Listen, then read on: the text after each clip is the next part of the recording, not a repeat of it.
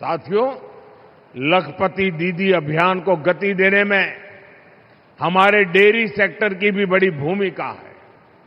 यहां बनास डेयरी से जुड़ी लाखों बहनें बहुत ही शानदार काम कर रही है। आज इन बहनों को बोनस के रूप में 106 करोड़ रुपए सीधे मिले हैं। मैं इन सभी बहनों को बहुत बहुत बधाई देता हूं। मैं काशी में डेयरी सेक्टर से जुड़ी महिलाओं से कहूंगा, अभी तक शुरुआत भइल हो, बनारस बड़ी, बनारस डेयरी बड़ी और ई बोनस भी बढ़त जाए। साथियों, बीजेपी एनडीए सरकार बहनों को आत्मनिर्भर भी बना रही है और विकसित भारत बनाने के लिए चल रहे अभियान का नेतृत्व भी दे रही है। डिजिटल पेमेंट्स को आगे बढ़ाने में हजारों बैंक सखियों की बड़ी भूमिका है। बीमा और इंश्योरेंस से जुड़े काम को बीमा सखियों का नेतृत्व मिल रहा है। प्राकृतिक खेती के काम को आगे बढ़ाने में कृषि सखियों की बड़ी भूमिका निभा रही है और खेती में जो ड्रोन क्रांति आ रही है उसका नेतृत्व भी हमारी नमो ड्रोन दीदियां ही कर रही है।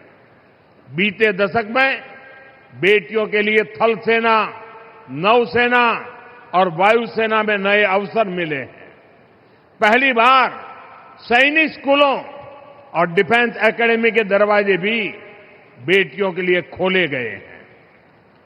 यानी बीजेपी एनडीए सरकार का मतलब ही है नारी का सशक्तिकरण, नारी का उत्थान, नारी का जीवन आसान।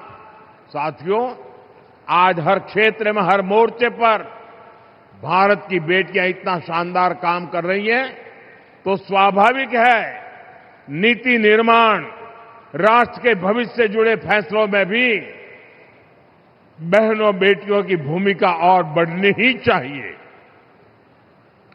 देश को आज इसकी बहुत जरूरत है।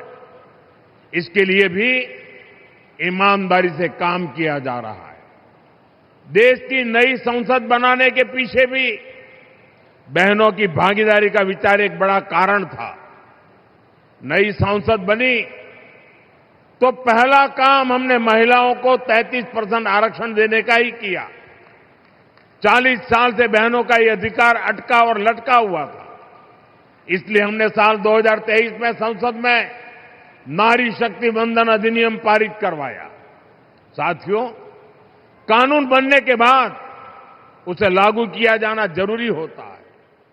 अब ये जरूरी है ये कानून जल्द से जल्द लागू हो। इसलिए पिछले दिनों संसद में इसको लेकर चर्चा रखी गई थी। संविधान में संशोधन के लिए हम कानून लाए थे। ये संशोधन ऐसा था जिसके बाद ज्यादा संख्या में बहनें विधानसभा और संसद में पहुंच पाती। लेकिन साथियों, कांग्रेस, समाजवादी पार्टी, टीएमसी और डीएमके जैसी पार्टियों ने एक बार फिर देश की महिलाओं को धोखा दिया। ऐसे दलों ने 40 साल से महिला आरक्षण पर ब्रेक लगाया हुआ था।